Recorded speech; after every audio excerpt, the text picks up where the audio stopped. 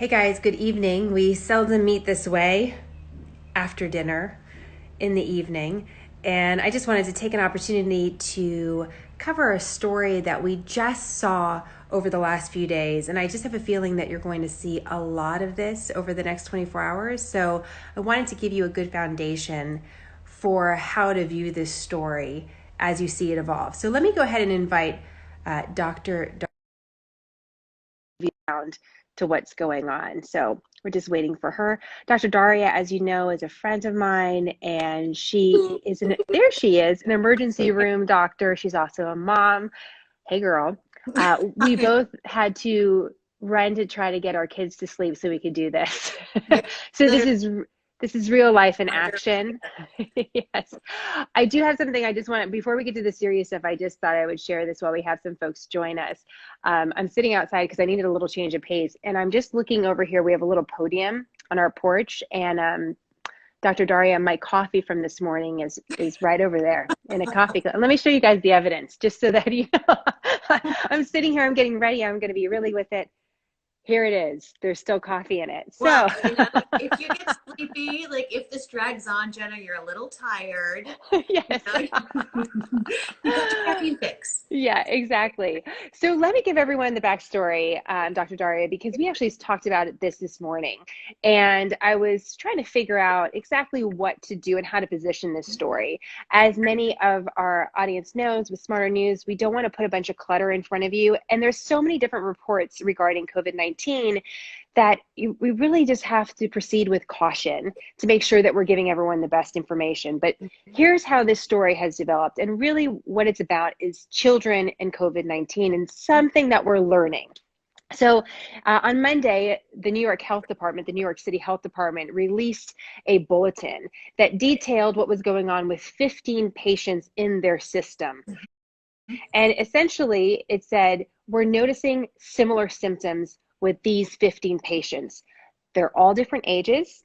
Some of them have tested positive for COVID-19, some haven't. Some have antibodies, some don't. But because of their similarities, we kind of want to flag this. And so that was Monday. And so we were emailing about this because this story stuck with me. I didn't want to put it in front of the Smarter News right away because I thought, well, it's just 15. Is this a big deal? But this has developed really rapidly. So that was one report in the New York City Health Department. The New York Times covered it. Now we're seeing a larger report in the Washington Post where other doctors on the East Coast are mentioning, again, similar symptoms that these patients are experiencing. And this is also paralleling reports out of Europe. Again, not a very big group of children, but all different ages, otherwise healthy. And so there's questions about what is the role of COVID-19. Now, I've been vague about the symptoms because I thought that would be a great place to bring you in, Dr. Daria. And I should also mention for the 15 patients that are in New York, they range from 2 years old to 15 years old. Some of them are still hospitalized at the time. We have no fatalities as of yet. And just so everyone knows, we have more than 1 million positive cases in America with COVID-19, and about 21,000 of those cases are 18 and younger. So we're still talking about a very small percentage of overall COVID-19 cases appearing, at least from Right. what we know of testing. Exactly. And the reality is, you and I were talking earlier today, we're not testing kids very regularly. So who knows what that denominator is? Right. And for parents out there, they'll definitely understand this. If you tested your child every time there was a respiratory illness in them, you'd be giving them multiple COVID tests all Yeah. the time, which we're just All not of it. doing. We're just Daily. not doing right now. So talk to us about why are doctors raising a little bit of a red flag about this, Dr. Dart? What are the symptoms that you're hearing about, that you're seeing, that you also feel, that this is worthwhile Right. discussing? Right. So we'll start with kind of the first half of your question, which is why doctors are raising the red flag. And it first kind of was raised by some doctors in Spain and in Italy. And then actually the Pediatric Intensive Care Association came out earlier this week. Kind of they'd had a meeting and had a call and saying, hey, we're all seeing this. And one of the reasons why it's a little bit late that people are just kind of anecdotally talking about it is Kawasaki isn't a syndrome that we naturally report. We don't have a patient with and then report it to the Department of Public Health. No one's tracking it. So it was really kind of doctors talking person to person, hospital to hospital, saying, hey, are you seeing this. We're seeing more of this. And is it Kawasaki? Were they using that saying this is Kawasaki syndrome? Because that's not some, or disease. That's not something that I've really ever heard about. No, Kawasaki's is very rare. And now we're seeing it more in the United States, as you mentioned, New York City and in Michigan. It's a very rare condition. Essentially what it is your body has a haywire immune response. Your immune response goes haywire. It starts attacking the lining of your blood, of certain types of blood vessels. And it's rare enough. We don't exactly know what causes it. They seem to think that it's a number of viruses could cause it. There are some different kind of toxins that they think may cause it, but we don't know exactly what. So it seems like there's some trigger and it causes your immune system to go haywire, much like in adults with COVID who are having complications from COVID. They're having that cytokine storm. It's a different mechanism, but the same idea that your immune system goes haywire and starts attacking these blood vessels, and the symptoms go from there. So is it deadly? So the good thing is it's considered kind of a self-limited disease, in that most kids, because this is typically 90% of people who get Kawasaki's are like, 5 and under, 80 to 90%. They say that after about 12 days, it tends to be self-limited, gets better on its own after 12 days. But there's a really small percentage of kids who are going to have complications. And so remember I said it breaks down the wall of your blood vessel. And so think about it, your blood vessels are like a hose, that inner lining. If somebody goes and starts to tear that up, you start to get aneurysms. And you can get aneurysms in the blood vessels of the heart. And that's where it can become deadly. Obvious. I mean, that's really serious. And now the American Heart Association came out today and commented about this as well. So you see, it's not just about one health department talking about it. Now we're getting this sort of domino effect where we're seeing, obviously very reputable sources talk more about it. Jody, who's joining us live, had a great question. She said, well, what do the symptoms of this even look like? Well, let's talk. I want to finish just really quickly on that last one, the mortality. Mortality rate now with treatment is about 0.1 to 0.3%. Okay. So this is a scary thing, but it's against there is some reassurance. It is not, as if we catastrophize. I wanted people to have that number. Of course, no number is not zero. Zero is best, right? Zero That's what we would best, like, right? Just to keep this in context, because headlines can be scary. So what are the symptoms? So one of the typical symptoms is fever of 100, they say about 101.4 or higher for 5 days. And then, so here are some of the classic symptoms. So there's a rash. About 90% of kids will have a rash. Then about 90% of them will have think of rash throughout your whole body. So your lips, dry, cracked lips. Your eyes are red. We have conjunctivitis. They can have like redness of your mucosa inside your mouth. Strawberry tongue, which is kind of like a swollen red beefy tongue, and rashes on your palms of your hands and on your feet.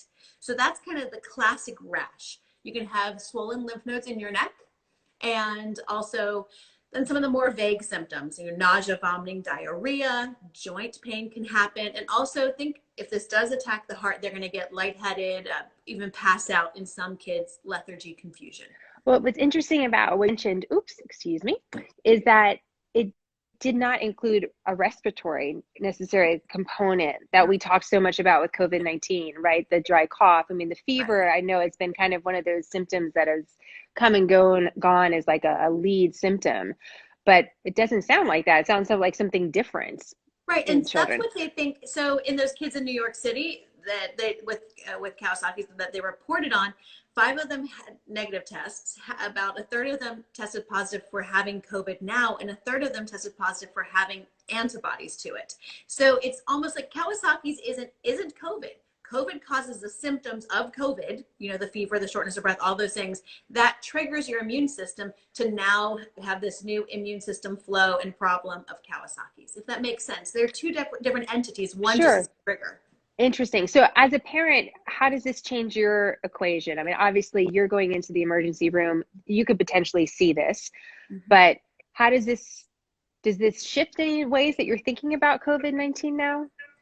It makes me more aware. It makes me think about what we're doing to make sure we're protecting our kids. And it definitely makes me decide to keep them a little more protected right now. I want to know more. Like, is there really a tie here? How direct is it? Who is most susceptible? And when we talk about going back to school and things in the fall, I'm not saying, no, this means we can't go back to school. I'm saying, let's learn more, and then let's find ways to protect our kids, because Yes, most of them will be totally fine with COVID. That still holds true, but there's a small percentage that could get these complications, and we need to be really smart about it and think through that. Well, one of the things I know that we've talked about too is how deadly the flu season was this year for children, specifically in the pediatric group. So we're talking about very, very young children, historically a very deadly flu season. So we're kind of keeping that also in mind because, of course, we're out of flu season.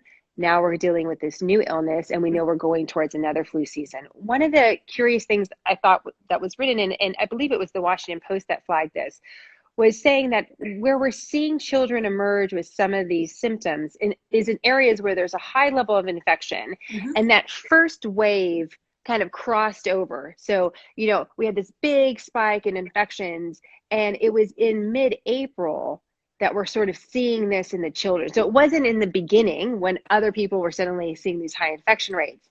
And I'm just wondering what to make of that, if anything, because clearly these children didn't test positive for COVID at the very beginning, if they tested positive at all. So what, medically, is there anything to those waves of a virus kind of coming and going, and what you see at different points of the infection? Absolutely. So two things come to mind there. One is, think again, the timing. So a child would have had to have had the symptoms of COVID and then, have that after being affected for 5-10 days, maybe longer, because we don't know exactly when. And then that would trigger Kawasaki's. So Kawasaki's is, of course, going to have a delay. And then people aren't seeking care for it because they didn't know to look for this. They didn't notice that it was a thing. So again, you're going to have a delay in diagnosis for that. Secondly, we know one of the reasons they think Kawasaki's has an infectious cause to it, of all the different things that could be causing it, is we do see it kind of come and go in waves. We see it in the winter and we tend to see it in the summer.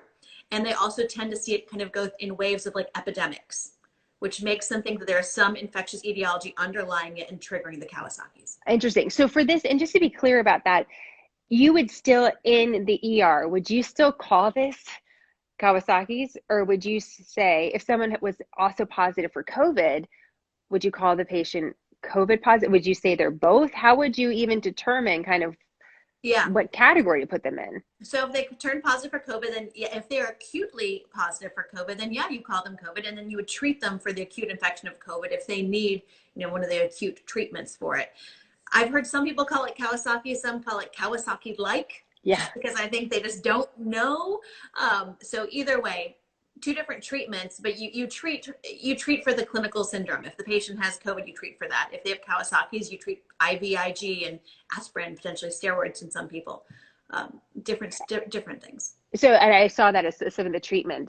We're all going back to the old-fashioned aspirin. Right. I know it's a little different when you get it through an IV, but I'm just saying, here we are. I mean, we have a lot of great questions, and I want to get to them in just a second as we wrap up, Dr. Daria. But what are you watching for next? Just as, again, these are the initial reports. We've had kind of a flurry of 48 hours of information. What are you personally waiting for, or watching for? So now people are reporting Kawasaki. So I think we're going to see a big bump in reporting, because there are probably those people who maybe had just seen a couple and they hadn't told anything about it. So I think hopefully as people start reporting it, they're saying, if you think you have Kawasaki's, if you have a patient with Kawasaki's, to report it to your Department of Public Health. So hopefully we're going to start to get an influx of data from the Department of Public Health. We'll start to be able to analyze that and, work backwards to see when those kids got sick and if they have anyone recognized as COVID and if they needed treatment. Right. Are they in a household where there was COVID? Was it just by chance? I mean, these are going to be big things. Do they have any pre-existing conditions? Because we know that's an issue with COVID-19. Great question from Kate Cliff 218 saying, are you concerned that we are all going to get sick because we're also isolated? We are used to being exposed to bacteria daily. We've seen this. We've seen doctors in California talk about this on video, that they're worried about a spike of infection as we kind of all come out of our homes because we've sterilized ourselves to some extent. What are your thoughts on that? I'm not worried that we've sterilized ourselves. I mean, I have a 3-year-old and a 6-year-old, and I feel like they're always able to find germs somewhere. So in today's world, I'm not worried about that. It is true that by going into lockdown and not exposing people, we do have some percentage of people who haven't been exposed to it. That if we had done run wild, go, fend for yourself, try not to catch COVID, have fun, 6 weeks ago, a lot more people would be exposed to it. that would have been irresponsible though, because we still don't know immunity fully. Right. We don't, we're, you know, we're learning more, but we still don't know. We expect that there's some immunity, but we don't know how long it lasts. We don't know how complete it is. We don't know what the best treatments are. You know, 4 weeks ago or 6 weeks ago, we were treating these patients with a certain type of ventilator. Now we're doing different things and we're proning them and turning them on their front. There's just been the amount of medical advancements we've made in the last 4 or 6 weeks. We have bought ourselves time because this was a totally foreign invader. So we do risk people going out not having been exposed to it, but I hope we're going to be smart about it. And I do feel that we're slightly better prepared than we were 6 weeks ago when we didn't even know where to get masks. Is it still a reminder about how early we are in the pandemic, though, that we're getting these reports about children? And here's the thing. I mean, it's hard. Listen, as a news consumer, but also as a journalist, this is hard. Initially, we're told if you're 65 and younger, you're fine. And then we're told, no, actually, the information from Europe is if you're younger than 65, you can still really get sick.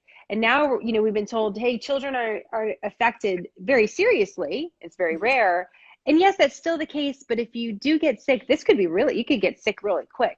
Right. And it's unnerving, you know, it's unnerving Yeah. to kind of see those changes. It is. And I think that's why you and I, Jenna, are trying to be careful about the news we share with people. Right. I think we were a little hamstrung because we got some data from China and then we got new data from Europe. And my parents are texting me. I didn't know. So hopefully that's not a problem. I just got a call dad text. Dad, if you're watching, hold on. Then we got the new wave of information from Europe, and that kind of changed some things we knew about it. So yes, that's part of the problem. And I think another part of the problem, there's a New England Journal of Medicine editorial that I was going to share with you anyways, Jenna. And it talked about part of the problem, you know, a benefit and problem is that because of this, since it's so new, has been this influx of data, and we're not doing peer review. A lot of journal articles are coming out without being peer reviewed, Right. with the goal of getting the science out there. But as a result, we're getting even more headlines than normal. It's really easy to get like some headline whiplash. And then we look 2 weeks later and, well, yeah, that study wasn't the very best. So I think that's really hard. And I don't think it's necessarily the best. It's good for the scientific community so we can stay up to date. I think it's hard for the general public, which is wondering why the headlines keep changing. Yeah, it's such a good point. And your video on data is really good. So everyone should check that out at Dr. Dariak. One quick final question before you run to your dad. I just had two final questions come up on the board about antibodies and immunity. Mm-hmm. And just curious, you're kind of, what do we know? What do you feel we know about any sort of immunity with exposure to COVID-19? How are you feeling about the data that we are seeing right now? So I do expect that there will be some degree of immunity. If you look at SARS and you look at MERS, both of them people had immunity for about 2 to 3 years. So I don't expect that it is long term, but I think we'll have some short period of time. How complete it is, I don't know. I don't know that it's going to be 100%. That if you get COVID now, you won't get it again in the next year. But I think you'll be less. It'll be less severe. Kind of like, you know, if you get the flu vaccine, and then even if you get the flu, it's less severe because your immune system recognizes it. You can mount an immune response much faster. So I think we can probably expect some degree of immunity. How complete, don't know. And then if you get sick again, are you still contagious? We don't know that. We've got to figure that out too. And you can't blame anybody for not having that data. To be able to get that data of if you get sick and then convalesce and then do you get sick again, I mean, that's weeks and weeks and months of data people have to track. So we're not going to get that just yet, but that's what I expect. The one thing that could kind of throw a little question in there is the question of mutations. Up till this point, as you and I were talking, up until this point, we thought that the mutations were pretty insignificant and that they didn't make a huge clinical difference. Now there's talk that maybe there's one strain that's a European strain that has evolved. So I don't know, but I think overall, I'm optimistic that there will be some degree of immunity. But time waits. Okay, well, that's good. And we understand it's developing, so that's good. It's just nice to have an honest conversation about what we know, what we don't. So here's the headline again. There is what is being called Kawasaki disease or Kawasaki syndrome or Kawasaki like symptoms that are arising in children, some of which have exposure to COVID-19, some of which who don't. And it's a little bit of a mystery, but of course, because these are our youngest community members, we want to protect them as best that we can. And so we're going to be watching this story really closely. In the meantime, mosquitoes are on me, and a jackrabbit just went bouncing by. So we've really had a great wide audience tonight, You had a Dr. Daria. jackrabbit the other day. I did. It's the one that lives in our front yard. I'm like, I'm growing up in San Francisco in an apartment. Do you ever think I'd be here? Like, oh yeah, there's my cup of coffee and like the jackrabbits just like Well, I just bouncing hope by your in Texas. jackrabbit follows at Smart Her News. That's Like, right. show us a And favorite jackrabbit. at Dr. Daria, you guys have to check her out 100%. Hopefully we'll do this a lot more. Let us know if you like this. And of course, maybe we'll jump on and answer some of your questions on a regular basis because we love that. But Dr. Daria, we love you. Thank you Thank you. so much. Thank Oh, there she goes. Oh, you so much. all right. Bye, Bye. Dr. Daria.